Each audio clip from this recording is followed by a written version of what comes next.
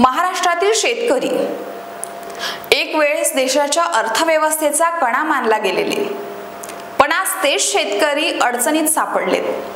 कर्जबाजारीपणा, कधी बँकेची दडपशाही, तर कधी नैसर्गिक आपत्ती, तर कधी प्रशासनाच्या उदासीनतेमुळे शेतकऱ्यांचं जीवन अक्षरशः हे उद्ध्वस्त होत चाललंय. कित्येक वर्षापासून त्यांना केवळ आश्वासनं मिळते, पण अंमलबजावणी मात्र कधीच होत नाही. अशा या अस्वस्थ आणि असंतोषाच्या पार्श्वभूमीवर पुन्हा एक नेता, एक संघर्षशील कार्यकर्ता शेतकऱ्यांच्या पाठीशी उभा राहिलाय, आणि तो म्हणजे बच्चू कडू. प्रहार जनशक्ती पक्षाचे अध्यक्ष, माजी राज्यमंत्री आणि थेट भाषेत बोलणारा एक आगळा वेगळा नेता. शेतकऱ्यांसाठी पुढे येऊन अन्नत्याग आंदोलन करत सरकारकडून शेतकऱ्यांसाठी ठोस असं आश्वासन मिळवणारा बच्चू कडू. सरकारच्या पाठपुराव्यानंतरही जेव्हा अंमलबजावणी शून्य राहिली, तेव्हा ते पुन्हा रस्त्यावर उतरले. पण यावेळी फक्त उपोषण नव्हे, तर 7/12 कोरा ही मागणी घेऊन पायपीट करण्याचा निर्णय त्यांनी घेतला, आणि या आंदोलनाची सुरुवात झाली पवित्र अशा पापड गावातून, म्हणजेच देशाचे माजी कृषी मंत्री डॉक्टर पंजाबराव देशमुख यांच्या जन्मगावातून.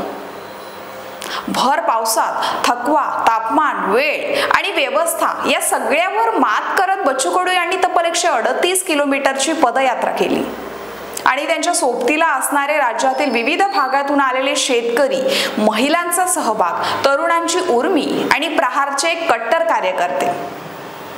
ही यात्रा एक लढ्याची प्रक्रिया होती. हे होतं एका खोट्या आश्वासनानंतरही उभं केलेलं शेतकऱ्यांचं बंड.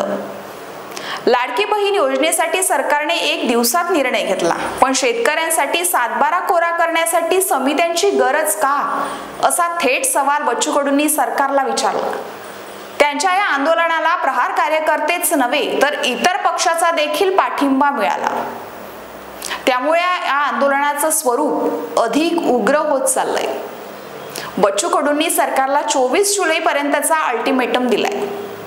त्या दिवशी सकाळी 9 ते 11 या दरम्यान संपूर्ण महाराष्ट्रामध्ये चक्काजाम आंदोलन होणार आहे, आणि त्यानंतरही सरकारने जर दुर्लक्ष केलं तर 2 ऑक्टोबरला मुंबईच्या रस्त्याने थेट ट्रॅक्टर मोर्चा धडकणार आहे. महसूल मंत्री चंद्रशेखर बावनकुळे यांनी बच्चू कडू सोबत स्वतंत्र बैठक घेतली. भाजपच्या नेत्यांना वाटलं होतं की आता बच्चू कडू सरळ भूमिका घेतील, पण असं काहीच झालं नाही. ते आपल्या निर्णयावर ठाम राहिले, आणि हे सरकारच्या डोकेदुखीचं आता कारण बनत चाललंय. त्यांचं मत स्पष्ट आहे की शेतकऱ्यांना सहानुभूती नको, त्यांना अधिकार हवाय.